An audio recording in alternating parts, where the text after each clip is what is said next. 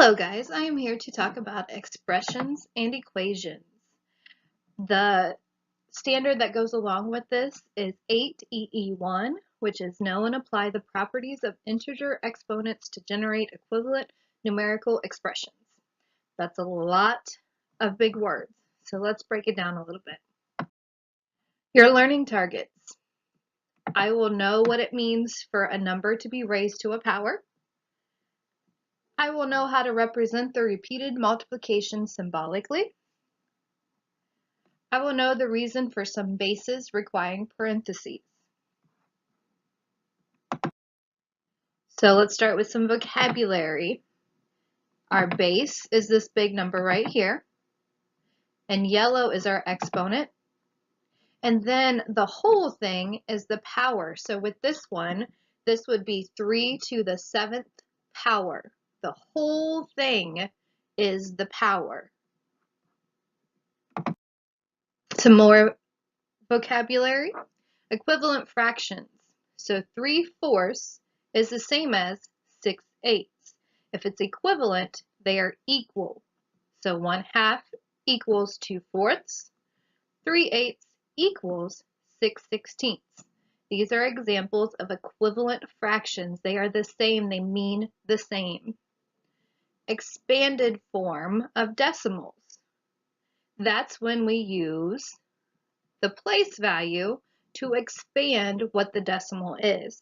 So on this one, 4.12 is the same as, is equal to 4 times 1 plus 1 times 1/10 plus 2 times 100.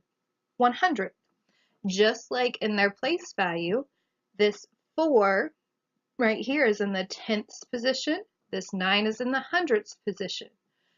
Similarly, the 1 is in the 10th position, so we multiply it by 1/10. The 2 is in the 100th position, so we multiply it by 100th. Even more vocabulary. So exponential notation gets rid of the zeros, so it makes the math easier.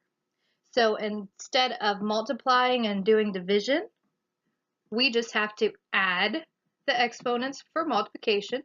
We have to subtract for division. Integer. An integer is a whole number, not a fraction. It can be positive, negative, or 0. So looking at this chart, these are all integers. These are all whole numbers. Not integers are decimals, fractions, even negative decimals. These are not integers because they are not positive, negative, 0, or a whole number. They have to have all of that criteria. These are the last of our vocabulary words. The square of a number is the same as the product by itself, with itself. So 3 squared is the same as saying 3 times 3. Cube of a number is the product of the integer with itself and with itself again.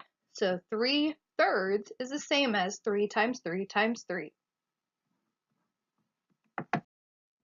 So let's talk about this a little bit. So instead of writing all these 3's out, 3 plus 3 plus 3 plus 3 plus 3, it's easier to write 5 times 3. These are equal. See the equal sign here? These mean the same thing, but it's a lot easier to write 5 times 3 than instead of all of these 3's. So with this one, 3 times 3 times 3 times 3 times 3 times 3. So that would be, our base would be the number that we're multiplying, so that's 3. And then our exponent would be how many 3's we have. So 1, 2, 3, 4, 5. So this would be 3 to the 5th power. It's a lot easier to write